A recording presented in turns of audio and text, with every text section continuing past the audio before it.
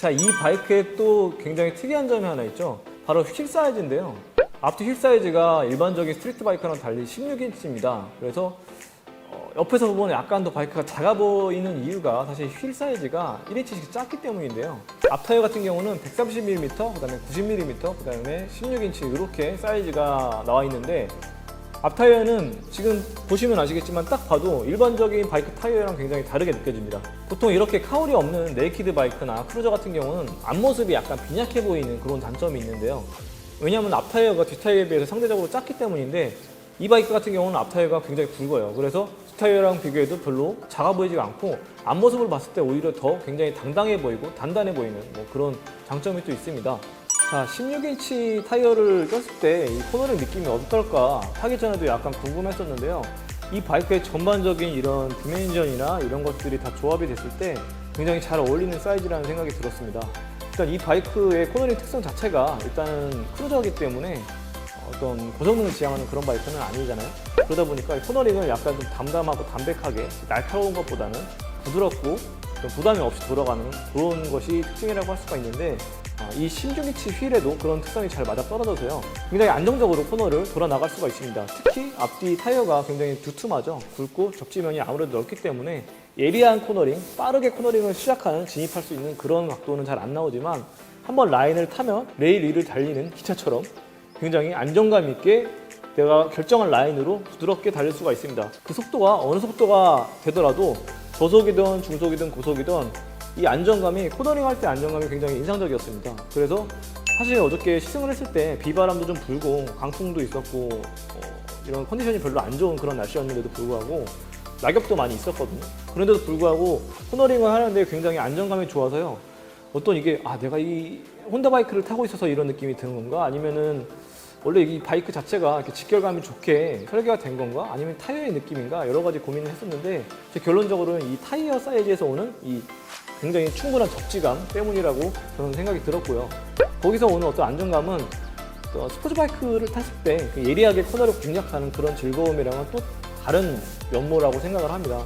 그래서 이쪽 계통에서, 크루저 계통에서 느낄 수 있는 굉장히 좋은 코너링 느낌 중에 하나라고 생각을 했고요. 전반적으로는 이 설정 자체가 굉장히 잘 어울리고 보기도 좋지만 달렸을 때도 이 안정감 측면에서는 굉장히 좋은 선택인 것 같습니다.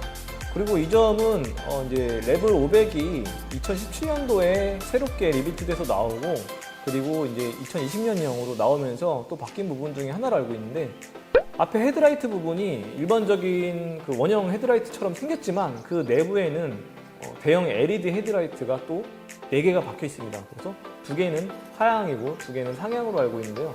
굉장히 밝기도 밝고요. 무엇보다도 저는 여기서 오는 포스가 상당하다고 생각하거든요. 이 클래스에서 느끼기 힘든 그런 포스고, 약간 튜닝 용품으로 튜닝을 해놓은 것 같은 그런 느낌도 들고요. 멀리서 봤을 때도 굉장히 밝게 보이기 때문에 어떤 이 바이크의 실제 사이즈는 이제 500cc 클래스지만 훨씬 더 크고 거대한 바이크가 오는 그런 느낌을 받을 수가 있겠더라고요. 그리고 브레이크 같은 경우는 사실 그렇게 파츠 자체가 강력하고 절대적인 제어력이 높은 파츠는 아닙니다. 앞쪽에 이제 니신제 브레이크 캘리퍼가 들어갔는데 단동식 2포트고 디스크도 싱글 디스크만 설정이 되어 있고요. 뒤쪽 같은 경우도 니신제인데 1포트 단동식 캘리퍼가 들어가 있고 디스크 역시 싱글 디스크가 들어가 있습니다. 모두 유압식이긴 한데 약간 브레이크 느낌이나 이런 설정 자체가 역시 날카롭지는 않습니다. 이 전반적인 출력 특성이나 이런 개발 컨셉에 맞게 의도한 것인지 모르겠지만 굉장히 브레이크 레버를 잡았을 때도 약간 말랑한 느낌이 좀 들고요. 부드럽게 제동하면서도 강력하게 쓸 수는 있는데 칼 같은 제동력을 구사하기는 조금 어려울 것 같고요. 그런 점은 확실히 스포츠 바이크랑은 약간 좀 동떨어진 그런 파트 설정이라고 할 수가 있는데, 설정뿐만이 아니고 전반적으로 세팅 자체를 그렇게 한 것 같습니다. 갑자기 급브레이크를 쳐야 될 그런 상황이 온다 하더라도 앞브레이크, 뒷브레이크를 적절히 잘 균형감 있게 사용을 하면서 천천히 감속해 나가시는 것이 이 바이크를 더 안전하게 즐기는 방법이라고 할 수가 있겠고요. 그럼에도 불구하고 앞뒤 브레이크에 다 ABS는 기본으로 적용이 돼 있으니까 또 이런 빗길 주행이라든지 그런 미끄러운路면에서의 제동력은 안심하셔도 될 것 같고요. 또 한 가지, 스포츠 바이크는 아니지만 일단은 2기통 엔진이기 때문에 엔진 브레이크가 강하게 걸리면 약간 이제 초심자 입장에서 조금 불안하게 느낄 수 있다고 생각을 해서인지, 아니면 원래 이제 근간이 스포츠 바이크라서 이렇게 들어간 건지 모르겠지만 어시스트 앤 슬리퍼 클러치가 들어가 있습니다. 엔진 브레이크를 강하게 걸었을 때 뒤에서 잡아당기는 듯한 그런 느낌이 확실히 덜하겠죠. 미끄러뜨리기 때문에 뒷바퀴가 락되는 그런 일도 확실히 줄어들 테고요. 그리고 부가적으로는 클러치의 레버의 작동감 자체도 굉장히 부드럽고 가벼워졌다고 합니다. 이런 부분들은 다 이제 초보자나 초심자분들이 환영할 만한 부분들이겠죠. 자, 연료 탱크는 지금 보시다시피 그렇게 크지는 않습니다. 전반적인 이제 디자인이나 이런 스타일을 생각해서 약간 좀 갸름하게 만들어진 그런 점이 있는데 실제 용량이 11.2L입니다. 그래서 제가 어저께 이제 연료 탱크가 완전히 바닥이 났을 때 주유를 하러 갔었는데요. 지금 휘발유 가격대가 한 1,200원대 정도로 리터당 1,200원대 정도 하는 걸로 알고 있는데 제가 10,000원어치 정도를 넣었더니 이게 주유계가 4칸인데 그중에 3칸이 차고 조금 더 올라오는 약간 그런 느낌이었는데요. 그래서 연료탱크 용량이 보기보다는 그렇게 작게 느껴지지는 않습니다. 왜냐면은 더욱이 연비가 굉장히 좋거든요. 제가 테스트한다고 막 RPM도 많이 쓰고 막 이렇게 저렇게 많이 사용을 해봤는데 엔진을 그럼에도 불구하고 연료가 많이 떨어지지는 않더라고요. 사실 혼다에서 발표한 공인 연비는 40.2km, 이거는 이제 시속 60km로 정석 주행을 쓸 때 수치이기 때문에 뭐 일상적으로 우리가 탔을 때랑은 약간 거리감이 있겠죠. 제가 느끼기에도 굉장히 잘 나올 것 같아요, 연비가. 제가 측정을 직접 해보지 못해서 수치상으로 말씀드리기는 어렵지만 연료탱크 용량이 분명히 작습니다. 일반적인 스트리트 바이크들이 보통 뭐 못해도 13L 이상, 그리고 보통 평균 한 15L에서 17L까지 가기 때문에 이 연료탱크 10L 약간 넘는 이 정도 용량은 좀 작은 용량인 건 사실인데 배기량이 낮고 출력도 그렇게 높지가 않기 때문에요. 전반적인 연료 효율이 굉장히 높은 그런 엔진이어서 연료탱크가 너무 작아서 뭐 불편하다라든지 뭐 그런 불만은 안 생길 것 같습니다. 실질적으로 스트리트에서 이 바이크를 타시는 분들에 한해서는요. 자, 이 바이크의 또 다른 매력 중에 하나는 제가 처음에 말씀드렸던 것처럼 혼다에서 이제 이 바이크를 개발했을 때 컨셉이 하얀 캔버스 같은 바이크라고 소개를 했잖아요. 근데 제가 느꼈을 때도 그런 부분이 굉장히 잘 와닿는 것이 바이크가 딱 봤을 때도 다 맷블랙 색상에다가 굉장히 꾸밀 만한 여지가 많습니다. 구석구석 보면은 앞에 이쪽 미터 바이저도 그렇고 아니면 이쪽 연료 탱크라든지 아니면 이쪽에 뭐 핸들 그립이라든지 아니면 백밀러라든지 뭐 시트, 이 시트만 떼도 사실 훨씬 스타일리시해질 것 같거든요. 그런 부분도 있고요. 여러 가지로 뭐 스텝이나 뭐 레버 이런 거는 말할 것도 없고 굉장히 꾸밀 여지가 많은 그런 모델이라는 거를 타면서도 느꼈고요. 내 바이크 같으면 이거부터 바꿔보고 싶다라는 그런 욕심이 드는 부분도 몇 가지가 있었고요. 자, 그리고 저는 사실 이 바이크를 타면서 약간 느꼈던 것이 최근에 시승했던 바이크 중에 떠올려보니까 사실 이게 그렇게 비슷한 스타일은 많이 없는데도 불구하고 딱 떠올리는 게 하나 있었는데 바로 할리 데이비슨의 스트리트 750이라는 모델인데 그 모델 같은 경우는 물론 이 바이크랑 배기량도 다르고요. 엔진 형태도 다릅니다. 그렇긴 한데 전반적인 특성 자체가 굉장히 유사했어요. 제가 이걸 탔을 때도 바로 그 느낌이 왔던 게 할리 데이비슨이라는 브랜드도 전통적인 크루저에 굉장히 집중하는 브랜드인데도 약간 그런 엔트리급의 모델을 내놓는데 혼다에서도 그쪽 시장을 많이 생각을 하고 공략을 하려고 하는 것 같습니다. 겉모습은 크루저지만 사실 막상 타보면은 시승을 해보면은 굉장히 스포츠바이크 같은 그런 경쾌하고 빨리빨리 잘 돌고 그다음에 스페이스가 급히 올라가는 그런 가벼운 엔진 특성을 가지고 또 토너링도 굉장히 안정적이면서도 또 충분히 경쾌하고요. 그리고 바이크의 어떤 전반적인 무게라든지 이런 것들도 취급하기가 굉장히 쉽고 오르고 내리기도 쉽고요.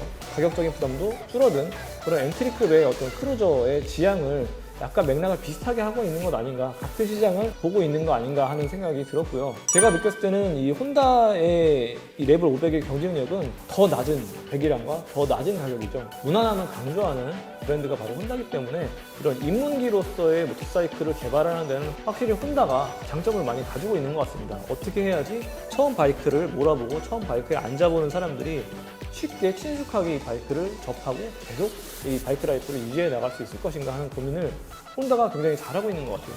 이 바이크 같은 경우도 애초에 뭐 모태가 스포츠 바이크인데 약간 크루저 옷을 입혀놓은 변종적인 그런 특성이라고 처음에 유출을 했었는데도 불구하고 막상 타보니까 이 특성이 이질감이 없고요. 굉장히 이 바이크만의 특징이라고 생각이 될 정도로 굉장히 기획이나 컨셉 의도가 잘 맞아떨어졌다고 생각을 합니다.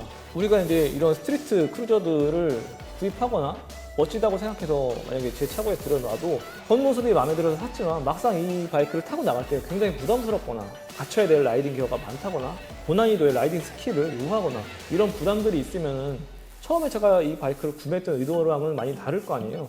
그런 부분에 있어서는 확실히 혼다가 이 레벨 500에 대한 이 초점을 어느 포커스에 맞춰야 되는지 굉장히 잘 구성을 하고 기획을 한 것 같습니다. 제가 이 바이크를, 이 레벨 500이라는 바이크를 어떤 분들에게 추천하고 싶느냐라고 한다면 일단 이런 모터사이클에 대한 굉장히 진지한 매니아들보다는 모터사이클에 대한 조금 가벼운 마음가짐, 그러니까 캐주얼하게 나는 바이크를 즐기고 싶다, 이런 분들한테 훨씬 더 적극적으로 추천을 드리고 싶은 마음이고요. 겉모습은 이렇게 약간 스타일리시한 스트리트 크루저, 스트리트 차퍼 같은 이런 느낌을 가지고 있지만 실제 성능은 굉장히 모던하고요, 굉장히 준수하고 현대적인 그런 차체 구성을 갖춘, 그런 신경 쓸 것이 없는, 오너가 어떤 타는 것 외에 다른 부분에 신경 쓸 게 전혀 없는, 즐기기만 하면 되는 그런 마음 편히 탈 수 있는 바이크라는 점을 더 강조를 하고 싶고요. 그런 분들을 위한 바이크인 것 같습니다.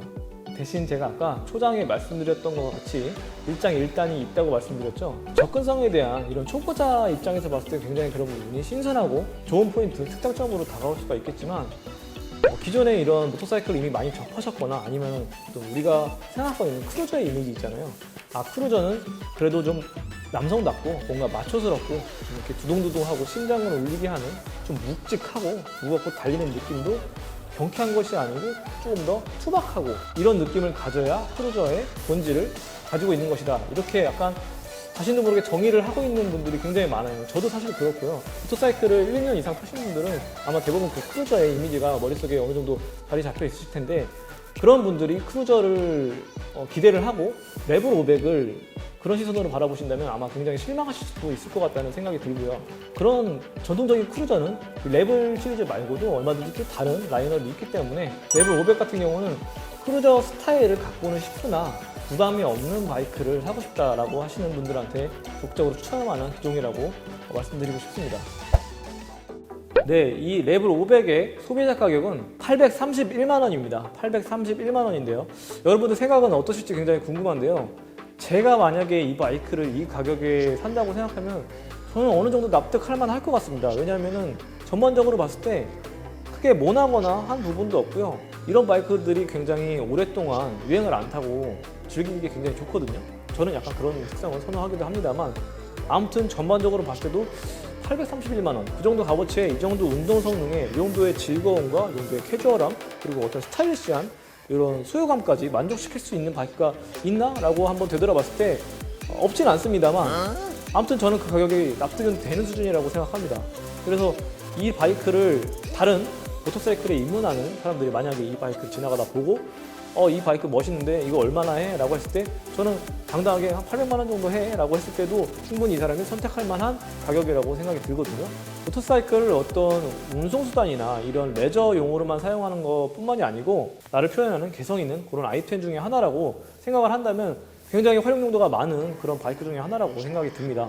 물론 제 생각에는 이 가격에 이 바이크를 사도 이순정 상태로 타고 다니시는 분들이 많지는 않을 것 같기는 해요. 여기다가 이제 뭔가 더 액세서리 파츠나 뭐 이런 것들을 부착하고 하다 보면은 아마 1000만 원이 훨씬 넘어가는, 훌쩍 넘어가는 그런 가격대로 업그레이드가 될 수도 있겠지만, 그거는 어디까지나 오너의 선택이니까요. 그런 부분에 여지를 남겨놨다는 것도 저는 굉장히 마음에 들고요. 저 같은 사람은 솔직히 말해서 순정주의자이기 때문에 이 상태로 그냥 탈 것 같아요. 뭐 색상도 지금 제가 알기로는 이게 지금 매트 그레이인데, 매트 그레이하고 매트 블루 두 가지 컬러로 출시가 되는데요. 이 두 가지 컬러 모두 다 굉장히 튀는 색깔이라기보다는 아까 말씀드린 하얀 캔버스 같은 그런 무난한 컬러이기 때문에 얼마든지 오너의 취향에 맞게 꾸밀 수 있는 그런 여지가 많다고 생각이 듭니다. 자, 지금까지 캐주얼 라이더에게 굉장히 잘 어울릴 것 같은 혼다 모터사이클의 레벨 500 시승기를 보내드렸습니다. 저는 지금까지 라이드TV의 임성진이었습니다. 감사합니다.